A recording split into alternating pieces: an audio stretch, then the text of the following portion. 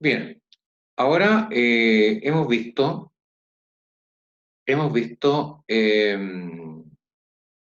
los antecedentes primarios del derecho de propiedad y seguimos ahora, perdón, con una parte bien importante que es las distintas especies de propiedad. ¿Qué podemos decir? Hemos hablado hasta ahora de la propiedad como institución unitaria, pero es de señalar que dentro del devenir histórico del derecho romano se conocieron especies distintas de propiedad formadas al amparo de las dos grandes corrientes jurídicas, que es el derecho civil y el derecho pretorio, ¿m? Que por mucho tiempo transcurrieron paralelamente para unificarse finalmente en un sistema de derecho privado que tuvo su expresión legislativa en el Corpus Juris Civilis. La institución de propiedad, digamos que estuvo regulada desde los más antiguos tiempos de Roma por el derecho civil o quiritario, que creó un señorío general y pleno sobre las cosas llamado dominio ex iure quiritum, organizado dentro de rígidos principios acordes con las características propias del derecho romano primitivo. Digamos también que avanzando en la evolución, cuando el derecho pretoriano entró a corregir las instituciones del jus civile para acomodarlo a la exigencia de la equidad, al lado de la propiedad quiritaria apareció un nuevo dominio carente de formalidades y de contenido más amplio, que se designó con las expresiones in boni sabere que los intérpretes han denominado propiedad bonitaria o pretoria. Con el derecho justinianeo, estas dos clases de dominio se van unificando y en la compilación solo queda un ligero vestigio de tal diferenciación. No solamente nos quedamos con la propiedad civil, la propiedad bonitaria, sino que también vamos a hacer mención a la propiedad peregrina y a la propiedad eh, provincial, pero que son de carácter más secundario. Digamos algunas cosas generales sobre la propiedad quiritaria. El verdadero derecho de propiedad, la propiedad romana por excelencia, digamos, que se designó bajo el nombre de dominio quiritario. Esta especial propiedad fue regulada por el jus civile y contó con la más amplia tutela legal por medio de la típica acción in rem, la reivindicatoria. Exigía para su existencia que el sujeto titular del derecho fuera un ciudadano romano y desde luego que fuera libre y sui juris. La propiedad quiritaria no era accesible a los extranjeros o peregrinos que no podían ser propietarios de civiles. Posteriormente se accedió la propiedad civil a los latinos con el jus comercio, vale decir, a los latinos veteres y a los latinos coloniales. En cuanto al objeto sobre el que podía recaer el dominio quiritario, si se trataba de cosas muebles, debían pertenecer a la categoría de la res sin comercio y con todas sus otras características, y si eran inmuebles solo cabía respecto de los fundos itálicos. Aquí esta parte para que lo entiendan. Eran fondos itálicos por oposición a los fondos provinciales y sobre los cuales recaía la propiedad provincial, los situados en Italia o en tierras a las cuales se le hubiera concedido el privilegio del jus italicum, derecho otorgado fuera de Italia a las provincias conquistadas por los romanos, por cuya virtud quedaban excluidos del pago de impuestos ordinarios, tributum, y sus habitantes gozaban de los privilegios y exenciones que tenían los ciudadanos romanos en Italia. Requeríase, por último, un modo de adquisición de la cosa objeto de propiedad quiritaria consagrado por el derecho civil. Estos modos de adquisición de las cosas los vamos a ver seguidamente en los días sucesivos. Pero que, por ejemplo, para ser propietario civil se requería un modo de adquisición consagrado por el derecho civil, como la emancipatio, la endurecesio, la usucapio, la adjudicatio y la lex. En síntesis, este especial derecho de dominio quiritario solo podía ser ejercido por un ciudadano romano sobre una cosa romana y adquirido por un medio romano. Bien, eso era la propiedad civil o quiritaria. ¿Qué pasaba ahora con respecto a la propiedad bonitaria? Vamos a ver su concepto de importancia, las ventajas de la propiedad bonitaria, diferencias con la propiedad quiritaria. Digamos que hablemos un poquito del origen de la propiedad y veámoslo a través de lo que es la presentación de las diapositivas aquí. Las clases de propiedad, propiedad civil utilitaria, propiedad unitaria, propiedad de los peregrinos y la propiedad provincial o de los fondos. Este es el esquema que tienen que dominar en cuanto a las clases de propiedad. Nos vamos a meter ahora en la propiedad unitaria. ¿Cuándo nace esta propiedad unitaria y cuándo y cuáles son sus diferencias con la propiedad civil o utilitaria? Vamos a ir viendo. El origen, digamos que el origen de la propiedad unitaria está en el primer caso de propietario unitario que pone el profesor Guzmán. La noción de propiedad unitaria nace en el ejemplo siguiente. Yo soy propietario, por ejemplo, de un esclavo en que se lo transfiero a NN. ¿Ya? Si es un esclavo, es una res mancipi, y de tal forma que solamente transfiero efectivamente la propiedad de esa cosa mancipi a través de un modo de adquirir del jus civile que era la mancipación. Eso ya lo sabe. Pero ¿qué pasaba con NN que era adquirente? ¿Se hacía propietario? Sí, se hacía propietario en la medida que yo le vendía el esclavo por una mancipación. Pero ¿qué pasaba si yo le vendía un esclavo, cosa mancipi? Simplemente por la entrega sin ningún rito, es decir, simplemente por lo que vamos a conocer posteriormente, por una tradición. NN adquirente, ¿se hacía propietario del esclavo? La verdad es que no. No, la verdad es que no. Porque faltaba un requisito que era haberse realizado la transferencia por el modo de adquirir la mancipación. Bueno, pero sucedía que una situación de inequidad, porque había muchos propietarios que sabiendo esta situación, de mala fe, posteriormente pretendían que ese esclavo se les devolviera a su propiedad, pese a que NN, que era adquirente, ya había pagado un cierto precio. Entonces ejercían la acción reivindicatoria, y como NN, que había adquirido el esclavo, no por mancipación, sino que por la simple entrega, no tenía una mayor protección, el pretor, nuevamente dentro por exigencias de la equidad, crea esta propiedad monetaria, no solamente con su nombre, sino a través de los medios de protección, que es la parte importante que los vamos a ver seguidamente. Pero veamos los casos en que un ciudadano podía llegar a ser propietario eh, bonitario, ¿no? Bonitario. Estamos en el mismo caso de un ciudadano o de un latino con el jus commerce. Entonces, el primer caso, el que ya le he señalado, si el propietario de una red mancipi, en vez de emplear la mancipación en iure cessio para producir la transferencia de la cosa, ejemplo el esclavo, opera su simple tradición. El segundo caso en que nos encontramos ante un propietario bonitario es, por ejemplo, si un no dueño transfiere una res, sea una cosa, sea mancipio o no, a un tercero, con o sin mancipación in iure cessio, si se trata de res mancipio. Igual en el mismo caso, yo soy propietario de un esclavo, ¿ya? Y se lo vendo a NN, y supongamos que se lo vendo por mancipación. O sea, está perfecta la transferencia del dominio del esclavo. Pero resulta que yo no era dueño. Yo que le vendía NN, el esclavo no era dueño, sino que lo tenía simplemente y me lo habían dejado. Y yo, tratando de ganarme un cierto dinero por una causa injusta, por no dueño, fíjense, se la puedo vender. Se la vendo. NN se transforma en propietario, no, porque pese a que yo se le vendí el esclavo, una cosa mancipa, por una emancipación, yo efectivamente no era dueño. De tal forma que el día de mañana el verdadero dueño podía ejercer contra el adquirente, en este caso NN, una acción reivindicatoria. Y NN en un principio, por el derecho civil, no tenía protección. Entonces, el pretor nuevamente le concedió que la titularidad de la propiedad bonitaria, en este caso, a un adquirente de una cosa por no ser dueño el enajeno. Tercer casos, también son casos ahora, casos particulares que señala el profesor Petit, perdón, el profesor Guzmán, en casos también en que nos encontramos con la propiedad bonitaria. Veamos. Albonar un posesor o derecho o sucesor por derecho pretor.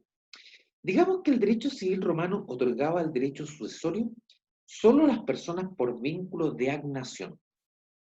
Por lo tanto, si el difunto solo tenía parientes cognados, o sea, por de sangre, y no cognados, estos cognados perdían derecho hereditario, lo cual era injusto. Para evitar esta injusticia, el pretor creó un sistema sucesorio paralelo al sistema sucesorio del derecho civil, dando preferencia al parentesco cognaticio. O sea, le insisto, por el derecho civil solo sucedían al causante que fallecía los herederos agnados. Pero, ¿qué pasaba con los cognados? Lo encontraba el pretor, una injusticia. En circunstancias que no hubieran agnados, que los cognados no tuvieran acceso a la herencia y les dio la posibilidad de acceder dándoles la propiedad bonitaria. Sigamos. Como el pretor no era legislador, solo no podía modificar la legislación civil. Entonces le otorgó al heredero la propiedad bonitaria de los bienes que componen la sucesión, llamada bonorum possessio. Esta institución del bonorum possessio lo vamos a ver con mayor detalle cuando veamos el derecho sucesorio, que es la última unidad del programa. Segundo caso, habla del bonorum emptor, es decir, el que compra los bienes del ejecutado en concurso de acreedores. Si ustedes se acuerdan, vimos el bonorum emptor a propósito del procedimiento ejecutivo en el procedimiento formulario. Digamos a mayor detalle. Esta letra B es el caso del insolvente, cuyos bienes son vendidos en masa para pagar a sus acreedores. Esta venta en pública subasta es la llamada bonorum venditio. Este hombre no pierde la propiedad equitaria de esos bienes. Quien se adjudica ese patrimonio es el llamado bonorum emptor, que adquiere solamente la propiedad bonitaria.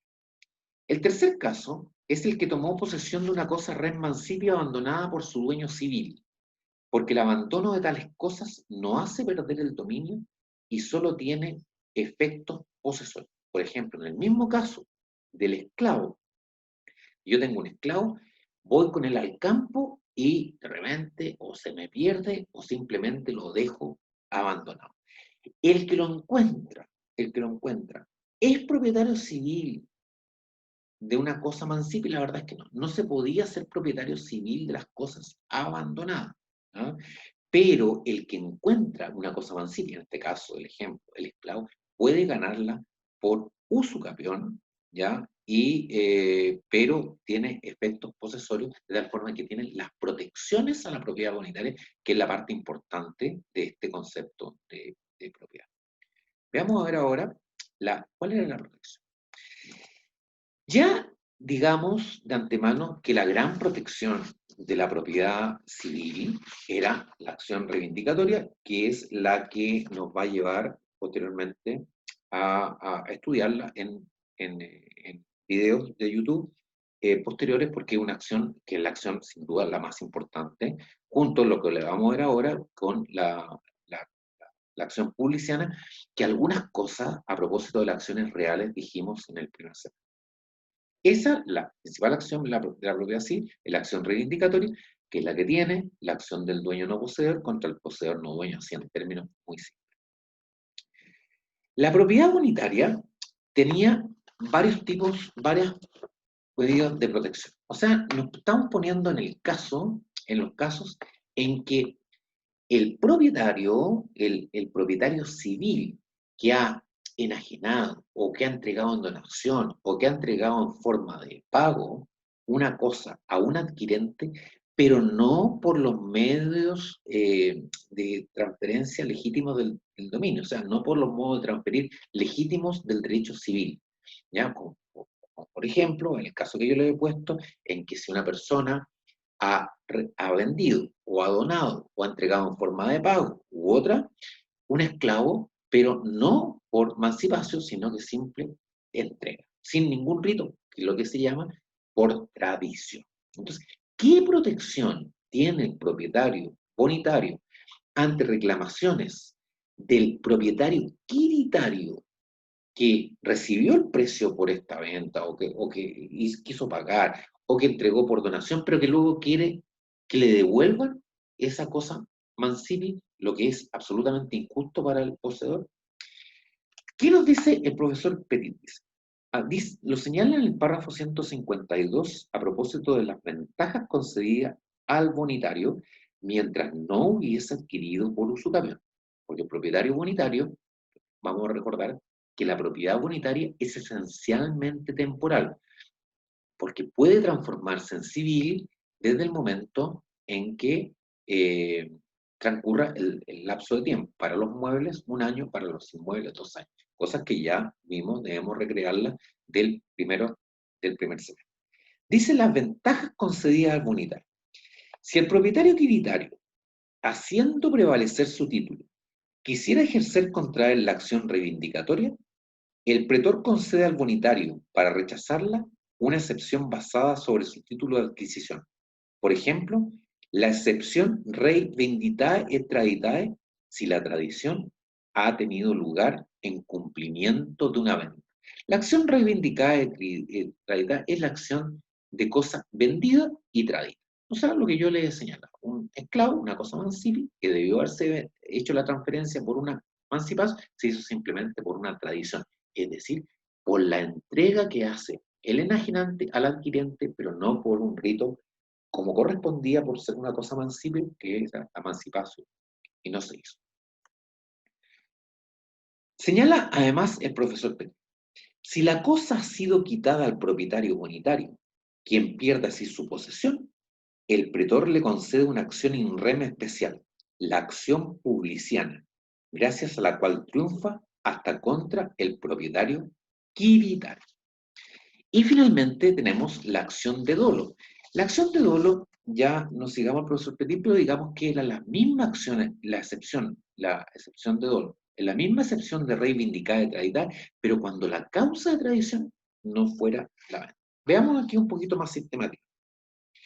La exceptio reivindicada de tradita, es decir, la excepción de cosa vendida y tradita, le sirve al propietario bonitario para enervar la acción reivindicatoria, para paralizar la demanda de reivindicación que le entablaba el propietario quiritario, que le vendió y le hizo la tradición de la cosa mancipi.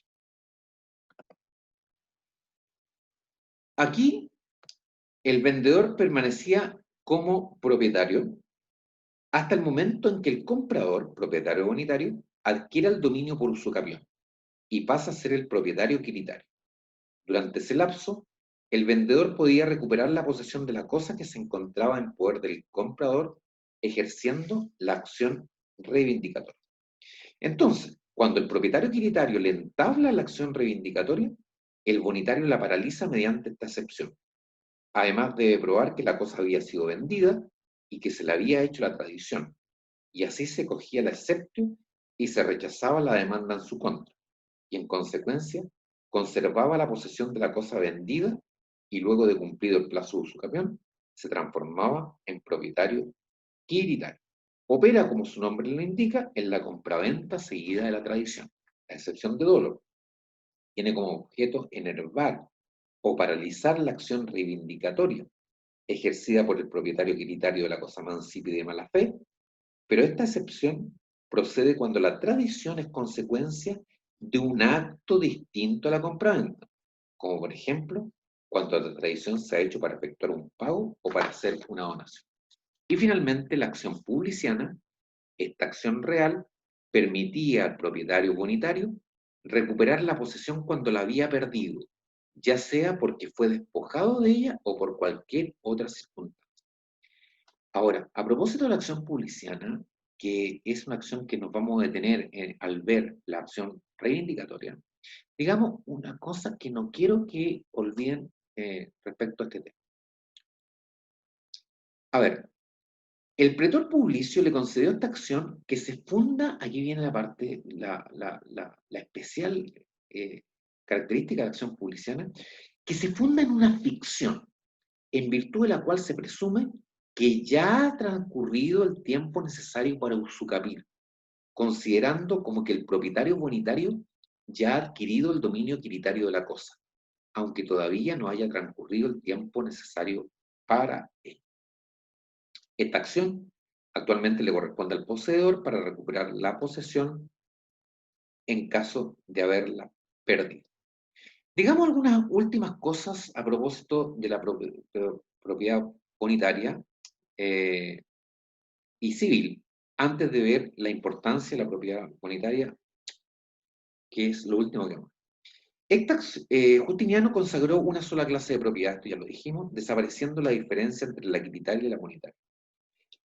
Importante, la propiedad bonitaria no era un estado permanente, sino un estado transitorio, que terminaba al año o dos con la adquisición por parte del propietario bonitario por usucapión de la propiedad quiritaria. Veamos ahora algunas diferencias antes de ver la extinción de la propiedad, veamos algunas diferencias entre la propiedad bonitaria con respecto a la propiedad quiritaria. Y para posteriormente pasar a ver lo que es, a ver si puedo volver un poquito atrás, atrás, atrás, atrás, atrás.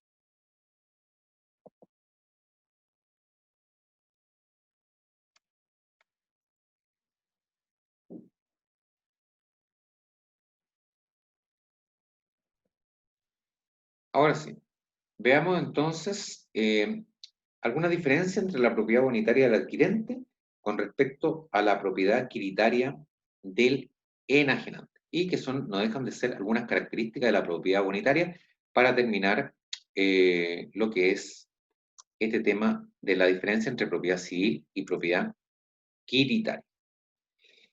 El adquirente, el adquirente, es decir, este adquirente es este comprador de una cosa. Estoy poniendo un ejemplo de la compra, pero recuerden que otro caso, la propiedad bonitaria, un caso de donación, un caso de pago, puede ser cualquier otra cosa. ¿Qué pasa con este adquirente en su origen del esclavo, en que no se le hace la emancipación o sí se le entrega siempre? El adquirente tenía todos los atributos del dominio, es decir, usar, gozar y disponer de la cosa, pero con la salvedad de que al disponer de la cosa solo transfería el dominio bonitario que vamos a ver a continuación, podía ganarse por usucapión.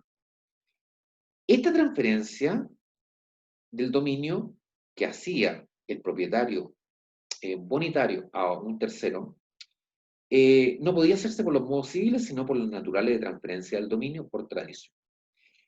El dueño bonitario, a diferencia del propietario quiritario, no podía valerse la acción reivindicatoria, ya vimos las medidas de protección, sino la acción publicitaria. El propietario bonitario podía sí llegar a convertirse en propietario quiritario mediante la usucapión, una vez transcurrido el plazo que se exige para que opere la usucapión. 1 año para muebles, 2 años para inmuebles. Si liberaba a un esclavo, fíjense, que tenía como propietario bonitario, este esclavo era solo latino y no ciudadano romano. Fíjense que a propósito de esta característica nos señala el profesor Petit al término, entre las ventajas concedidas al propietario bonitario, esta situación del esclavo. Dice, por último, el propietario bonitario gana los frutos de las cosas, y si es un esclavo, disfruta in bonis de todas sus adquisiciones. Al manumitir un esclavo tenido en bonis, se hace de él un latino, y si es impuber, la tutela vuelve al propietario quiritario. Además, no se puede legar las cosas que se tengan in bonis, como propietario bonitario. Y hasta aquí dejamos la diferencia entre propiedad civil o quiritaria y propiedad bonitaria. Veamos ahora la otra especie de propiedad, que es la propiedad de los peregrinos. Y a propósito, acudamos a otro autor de la bibliografía obligatoria, como es el profesor Guzmán. El profesor Guzmán dice, y aquí lo estoy buscando, acá está, dice, en el párrafo 105 de su libro Manual de Derecho Privado, nos habla de este dominio peregrino. Los peregrinos, dice, aunque tengan el comercio, no pueden adquirir el dominio quiritario. Si, en consecuencia, reciben una cosa por medio que, de haber sido ciudadanos, les hubiera permitido adquirir aquel dominio, respecto de tal cosa, se encuentran en una situación de hecho que el jus civil no ampara. en particular. Por tanto, no disponen de la acción reivindicatoria para recuperar la cosa cuando se ven privados de ella. El pretor, con todo, les concede acciones con la ficción si hubiera sido ciudadano romano el peregrino, y por esta vía son tratados como si fueran dueños civiles o quiritarios. Por consiguiente, podemos hablar de dominio peregrino. Y finalmente, la propiedad provincial o de los fondos provinciales. Al iniciar este video de YouTube, les señalé que habían fondos itálicos y fondos provinciales. Los fondos itálicos eran los fondos que podían ser adquiridos por los ciudadanos mediante transferencias privadas que se encontraban dentro de Italia, ¿ya? Pero habían otros fondos que eran propios del ayer público, que eran fondos públicos, que eran aquellos territorios ganados fundamentalmente en conquistas bélicas. ¿Ah?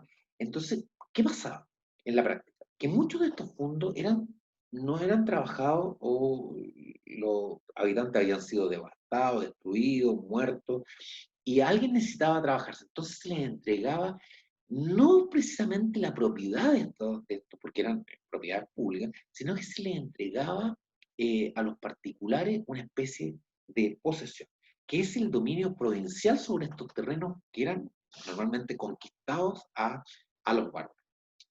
¿Qué habla? Dice el profesor Guzmán a propósito del dominio provincial.